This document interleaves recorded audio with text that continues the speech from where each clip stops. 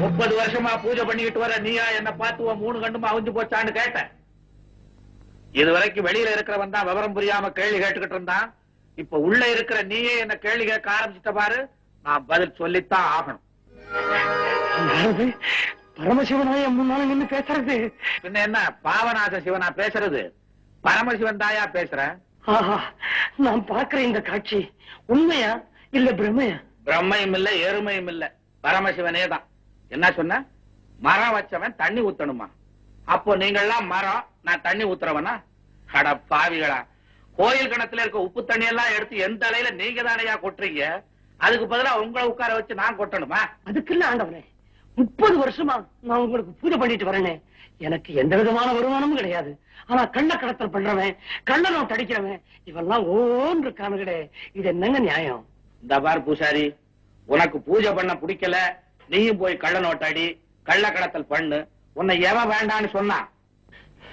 எப்ப இதெல்லாம் நீ செய்ய போறேன்னு என்கிட்ட வந்து கேட்ட, உன்னை வேண்டான்னு நான் தடுப்பேன். எனக்கும் பொருளாதாரத்துக்கு என்னையா சம்பந்தம்?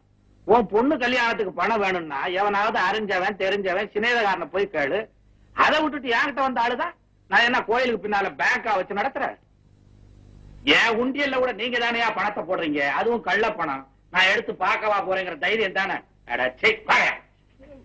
கோச்சுக்காதீங்க. என்னங்க கோச்சுக்காதீங்க? கோச்சுக்காம உன்னை கொஞ்சம் சொல்றியா? உன் விஷயத்துக்கு அழுகுறதும் இல்லாம ஊர் அக்கப்போருக்கு வந்து அழுகுறிய. அன்னைக்கு என்னடா கிராம்பு எவனோ கடத்தினானா லாரிய மடக்கி புடிச்சிட்டாங்களா, அதுவும் ஓன் திருவிளையாடல்ன்ற. ஏயா நான் கிராம்பு கடத்துறவனா? ஏன் திருவிளையாடல் புராணத்துல சிவன் கிராம்பு கடத்துறான்னு எழுதி இருக்கா? நீ படிச்சிருக்கிறியா? பேசாம இருந்த எல்லாத்துக்கும் ஆட்டுவ. அது போகட்டும், அன்னைக்கு அந்த கனக சபை வந்து உடம்பு கெட்டு போச்சுன்றான், அதுவும் ஏன் திருவிளையாடல் நீ சொல்ற.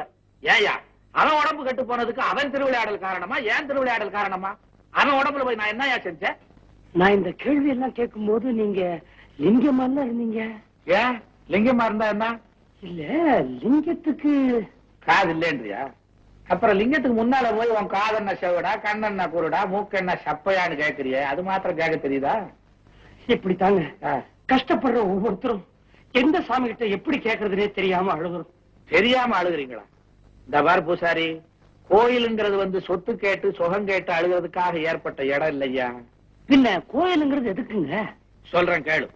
இந்த கெட்டு போன உலகத்துல ஊருக்கு ஊர் ஒரு கோயிலை கட்டி அங்கங்க 40 சதுர அடிய கெடாம வச்சிருந்து இந்த கெட்டு போன கும்பல் எல்லாம் அங்க வந்து நின்னு நாம ஏன் கெட்டோம், அடுத்தவனை ஏன் கெடுத்தோம், இனிமே கெடாம இருக்கிறதுக்கு என்ன வழின்னு சிந்திக்கிறதுக்கு தாயா விட்டு வச்சாங்க.